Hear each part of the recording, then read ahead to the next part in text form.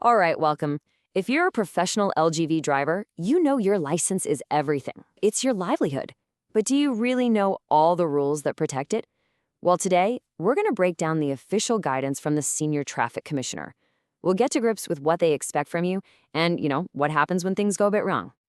Okay, so let's dive right in. The very first thing you've got to get your head around is this. As a professional driver, you're held to a much higher standard.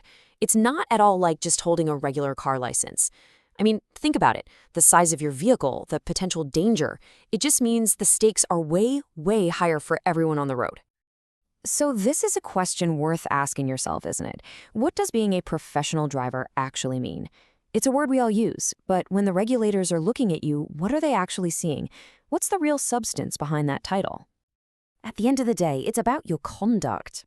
The traffic commissioners, well, they're the independent regulators, and their whole job is to make sure that anyone holding a vocational license is fit to have one.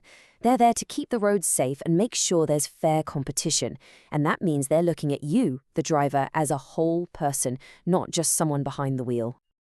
Right, let's get down to the nitty-gritty. We're going to look at the most common things that land drivers in hot water with the traffic commissioner.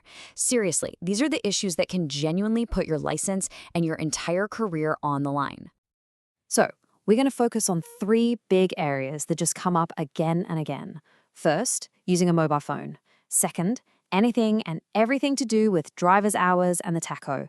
And third, the absolute basics of vehicle safety. Yep, your daily walk-around checks. Now this is the golden rule right here. It's a direct quote from the official guidance, and it couldn't be clearer.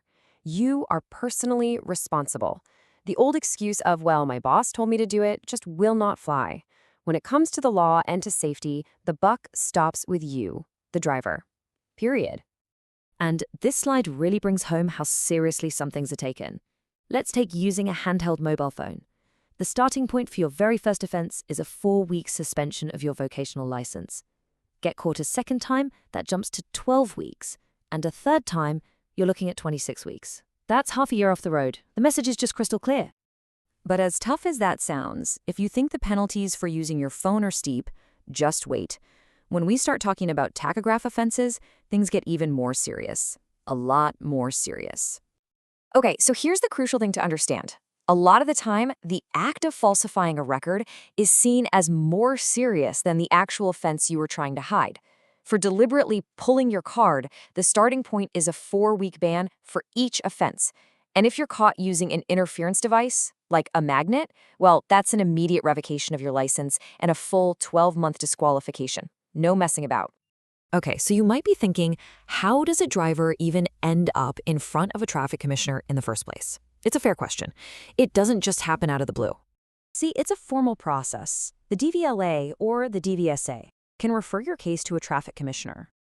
This usually gets triggered by certain convictions or if you've racked up a few offenses that start to raise a red flag about your conduct and whether you're really fit to hold a professional license. So what happens next?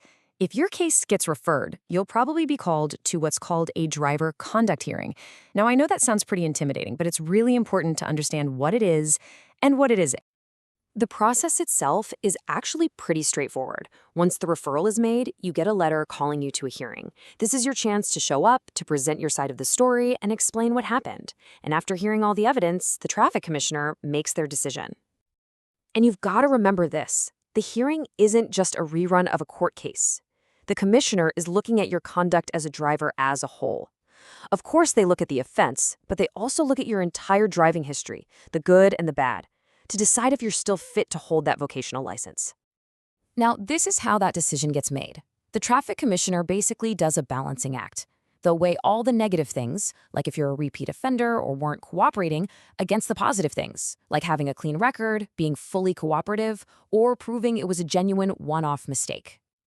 So, after weighing everything up, what can the traffic commissioner actually do? Well, the final verdict can be anything from a simple warning letter right up to taking your license away for good. And check this out. This shows just how severe the consequences can be for something that might be seen as just a moment of carelessness. The starting point for a single bridge strike is having your license revoked and being disqualified for 6 months. It shows there's a zero-tolerance approach to incidents they see as completely avoidable.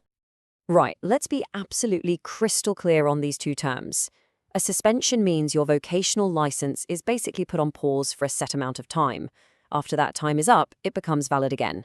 But revocation and disqualification, well, that's a whole different level of serious. Your license is cancelled, gone. You're then disqualified from holding or even applying for a new one for a certain amount of time, and in the worst cases, that can be indefinitely.